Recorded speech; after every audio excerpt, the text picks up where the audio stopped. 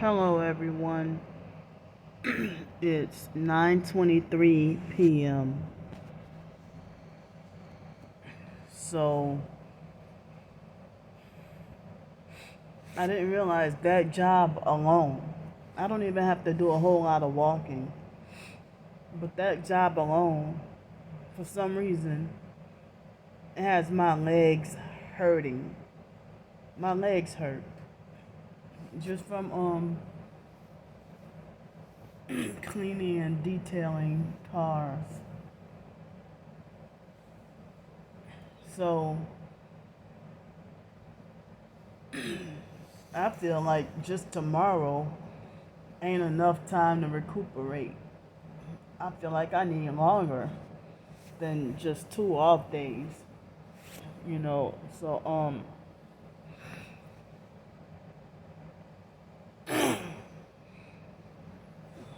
but the day after tomorrow I go back to work. But today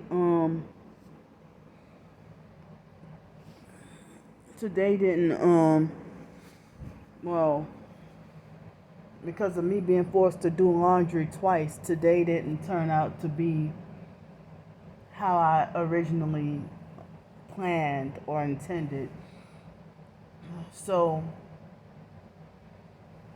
I planned to have gotten good sleep last night, woke up about 7:45 or 8 o'clock to do laundry, and then maybe about 10 o'clock go try to get my mail if possible, and go to the Social Security office and get a few errands run and do a few little other things,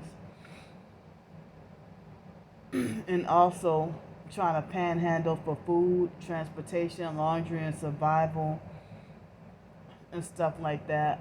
And I plan to write quite a few different blogs plus short stories both today and tomorrow, but I only got to write one.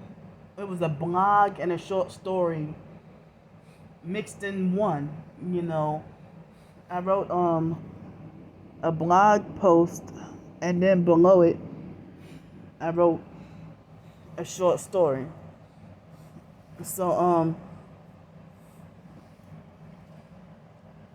so I mean, in the short story, I mean, due to me being sleep deprived and can't think properly, the short story didn't come out the way that I wanted it to, or the way I was intending or planning.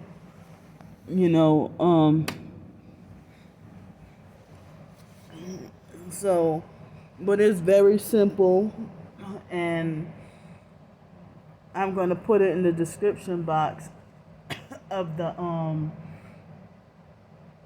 gonna put it in the description box of this video, you know, the short, very short story that I wrote. And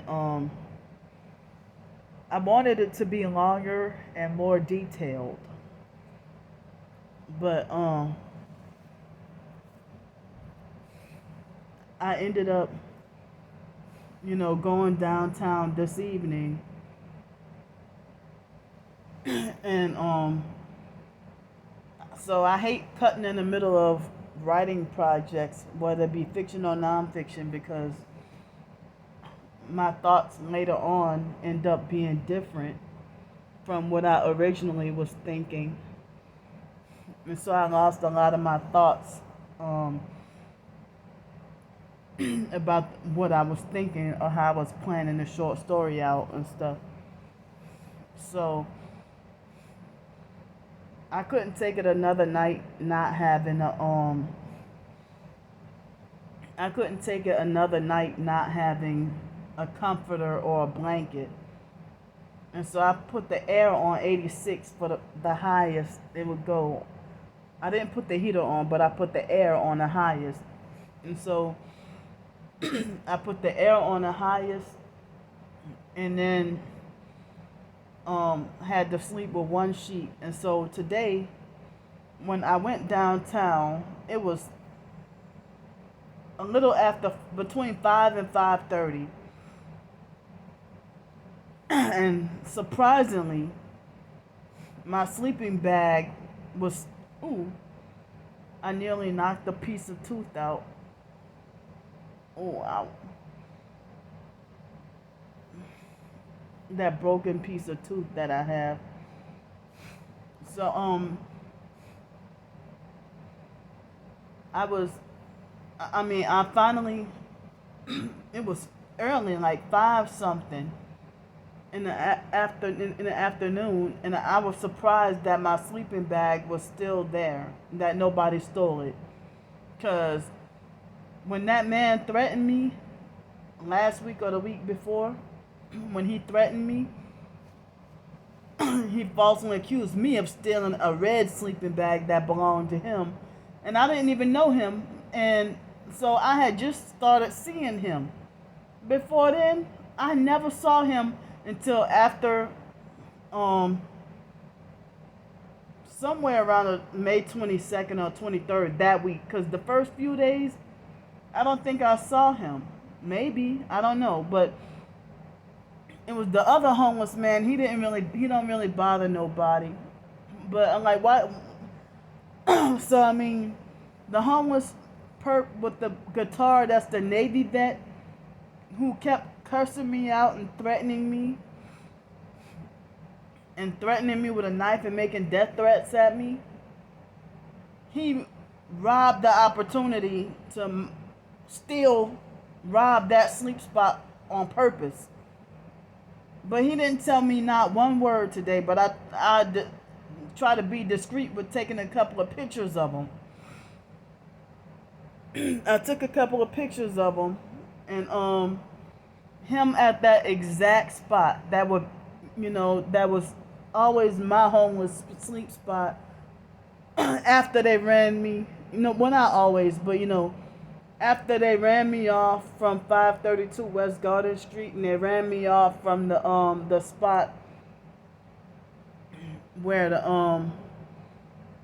that ferry terminal, they told me I couldn't sleep under there no more. But other homeless people, they don't get told anything when they sleep there. So I've been sleeping on that other side, and would get attacked by ants and flies and mosquitoes and no-see-ums, or whatever they call those things, and who knows what other insects. And so the insects would attack me so bad that I couldn't sleep at all. So that man hijacked that spot. And so if I had to, I'm hoping not to, but if I ended up having to be back on the streets again, I don't have any homeless sleep spot no more. I don't have a homeless sleep spot no more. So, I'm battling and fighting to trying to get housing and stuff. And, I tried today with that place next door, across the street, whatever you want to call it. Now, lady, I already told y'all what the lady said to me, So, I've been on that other housing list since I got here in 2019. And they were talking about how far back the waiting list is and stuff. I mean, I already told y'all that the gang stalkers ran me off from the Section 8 in New Orleans and ran me off for every Section 8 home that I had, whether it be an apartment, house, or wherever. And I didn't realize them running me out of the community, or community mobbing, bullying me and making me feel unsafe, and I didn't realize at the time that was part of the gang stalking, but I kept trying to figure stuff out. And gang stalking and the topic of gang stalking and cults kept on coming up, and I couldn't it didn't even click in my head to make the connections. Because even in 2015, 2016, 2017, I would be researching gang stalking and targeted individuals, but I first heard about it 2011 or 2012, And people used to claim to be targeted individuals and talking about gang stalking on Twitter, but then they used to promote New Age. So I was still learning and awakened to the truth, or what I thought was the truth, and kept just diligently researching all day, every day about, the truth about the way the world operates and everything, and researching natural health, Christian lifestyle, and, the Illuminati, New World Order, and, prepping and survival, even though I still feel ignorant of everything, I'm still willing to learn everything. So so that man robbed the opportunity, like as if he stole that sleep spot on purpose. But other homeless people, it's okay for them to have a designated or declared sleep spot. But the online perps want to be like, that is not your sleep spot, and you don't pay rent there, and that your name is not written on there. Well, there would be no such thing for me to have a sleep spot if you didn't force me to stay homeless. So I have no safety or no protection if I were to end up back on the streets. In which that's the way it's looking like this coming week, because it's Monday and the motel rent is due this coming Thursday. The motel rent is due this coming Thursday, and I don't know if or how I'm gonna make it, and I cannot afford to be homeless on the streets with such a physically demanding job. And then, as I said, I won't be able to even get paid until the following week. Not this week, but next week, I won't be able to get paid. And it probably might be just enough.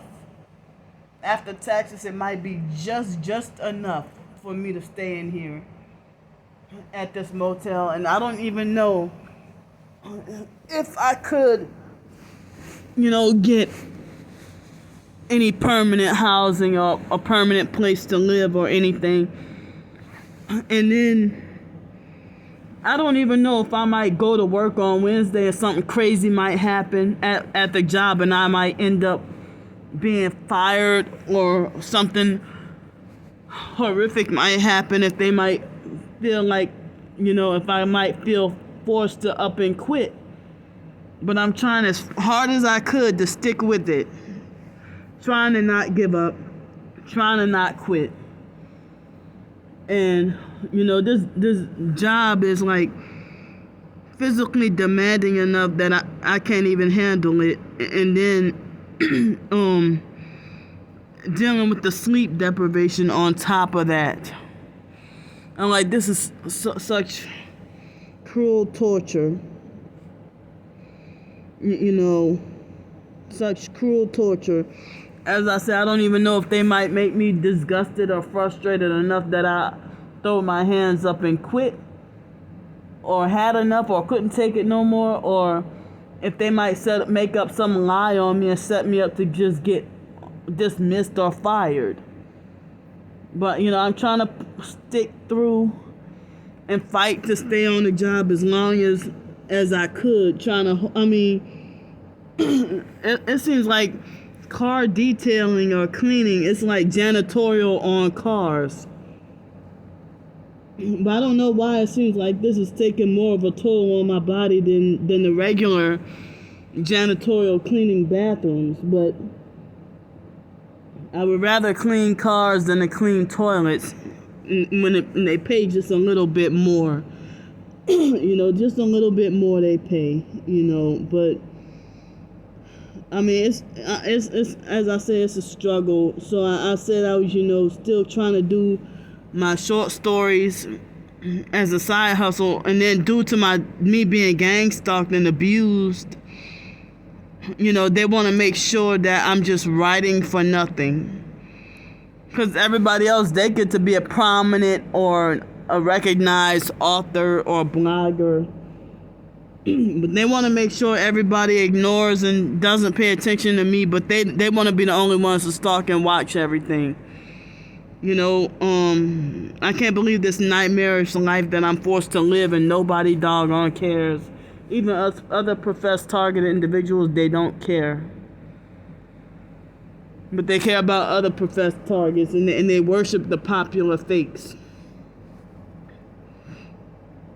It sounds like there's a noisy vehicle or something idling by my window or something, kind of. Yeah, it is. I don't feel like going outside. So, as I said, I'm going to need help with $365 this week. And then next week I should be on my own. But as I said, I was trying to do the short stories and blogging and stuff as a side hustle. And people said that you should, that especially due to inflation and cost rising and everything, that people should be trying to rely on multiple streams of income, that they have to try to rely on multiple streams of income to make it and survive. So, it's really hard and scary, to be a female and nobody really care about you they don't care about helping you to survive. So I went to go and get my sleeping bag. I'm thankful and glad that nobody bothered my sleeping bag. And nobody bothered my sleeping bag, and so it doesn't look like I see any ants.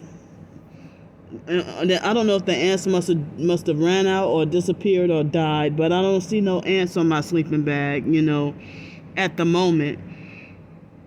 And so I went to try to panhandle for dinner to eat, and went to try to get me some cheap taco special for today, and it was hard to even get a few dollars,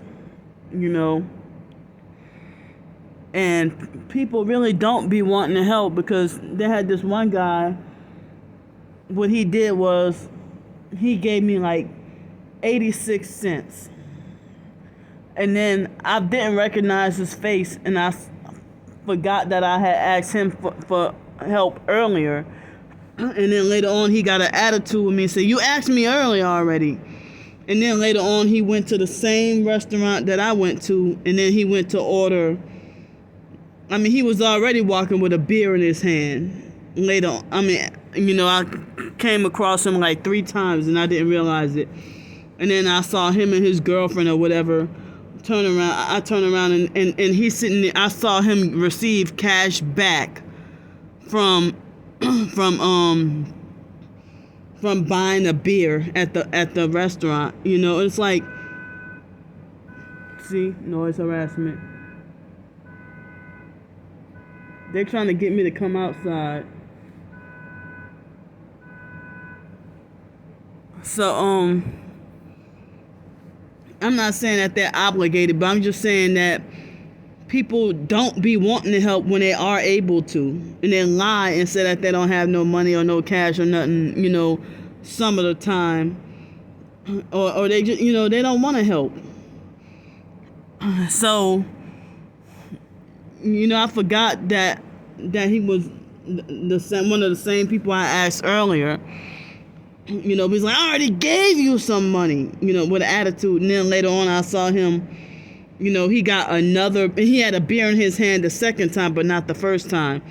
And then I saw him receiving money back from, I'm like, see, he's one of those people who, if they can, and it seems like if they sexually want a female bartender, they'll tip the bartender like $200 or $300 because they sexually want the ugly, slutty bartender or something.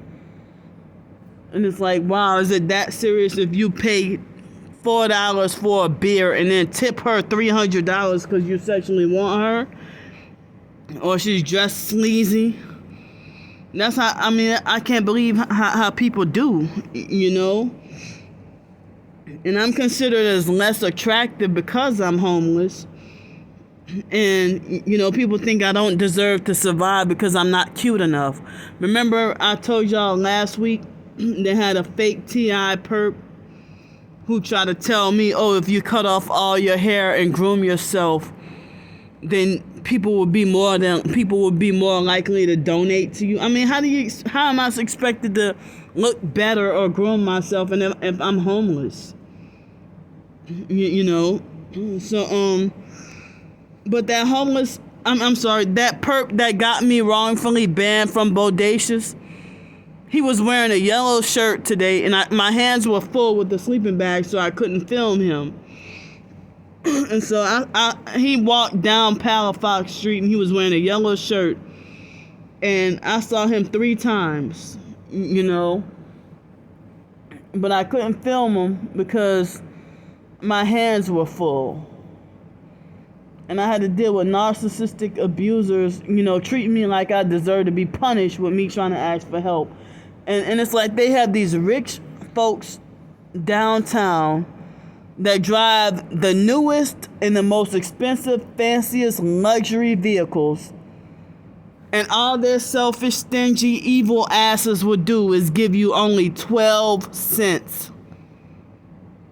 I'm not trying to sound ungrateful or entitled or anything, but I'm just saying that these narcissistic gang stalkers, I heard that they're instructed to not help you as a homeless TI, a homeless targeted individual. You know, so I was able to get me, you know, 3 tacos to eat, and then I couldn't even eat all the tortilla chips and salsa and stuff.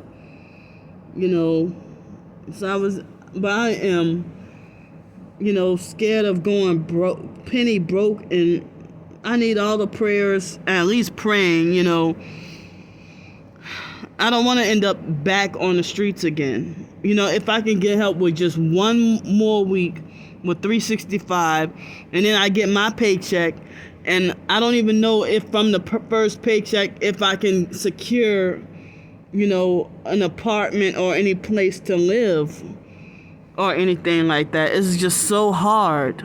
And they want 3.5 times the rent to be your income.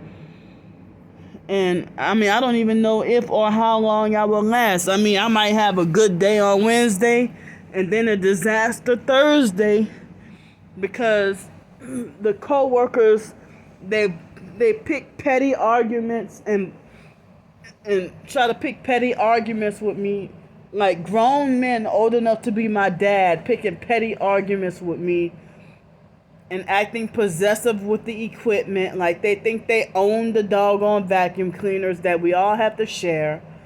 And then the managers get on my case for sitting there in the car on the phone, and then they want to be like, well, the co-workers be like, well, what I told you about stealing people's spots, or what I told, that's my spot you took.